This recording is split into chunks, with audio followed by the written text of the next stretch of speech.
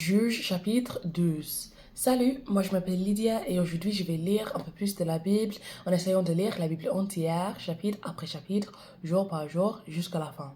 Aujourd'hui je vais me concentrer sur Juge chapitre 12. Alors, allons-y. Guerre entre Jephthé et les gens d'Éphraïm. Les hommes d'Éphraïm se rassemblent. Ils traversent le fleuve Jourdain et vont à Saphon. Ils disent à Jephthé, tu es allé combattre les Ammonites sans nous appeler. Pourquoi donc? Nous allons brûler ta maison et toi avec elle.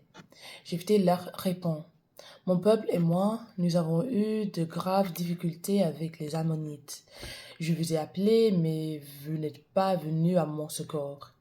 Quand j'ai vu que vous ne veniez pas me délivrer, j'ai risqué ma vie.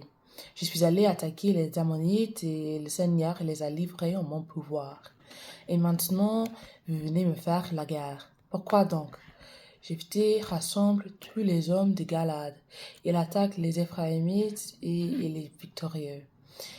En effet, les gens de la tribu d'Éphraïm ont dit, vous, les gens de Galad, vous êtes seulement des fuyards d'Éphraïm. Vous avez abandonné notre tribu pour passer dans celle de Manassé. Ensuite, les hommes de Galad occupent les points de passage sur le Jourdain pour couper la route aux gens d'Éphraïm. Chaque fois qu'un homme en fuite dit « Je veux passer », les gens de Galad lui demandent « Est-ce que tu es la tribu d'Éphraïm ?» S'il répond « Non », ils lui disent « Eh bien, dis Chiboleth ». L'homme dit Cibolette parce qu'il n'arrive pas à bien prononcer ce mot. Alors les hommes de Galad le prennent et ils le font mourir près des points du passage du Jourdain. À ce moment-là, 42 000 hommes d'Éphraïm sont tués. Jephthé, homme de Galad, a été juge du peuple d'Israël pendant 6 ans. Puis il meurt et on l'enterre dans une des villes de Galad. Autres juges, Ibsan, Élon et Abdon. Après Jephthé, Ibsan de Bethléem devient juge du peuple d'Israël. Il a 30 fils et 30 filles. Il donne ses filles en mariage en dehors de sa tribu. Pour ses fils, il fait venir des femmes d'autres tribus. Il est juge du peuple d'Israël pendant 7 ans. Puis il meurt et on l'enterre à Bethléem. Après Ibsan, Élon est de la tribu des Zabulon et juge du peuple d'Israël pendant 10 ans. Puis Élon meurt et on l'enterre à Ayalon, dans le pays de Zabulon. Après Élon, Abdon, fils de Hillel de la ville de Pirathon, devient juge du peuple d'Israël.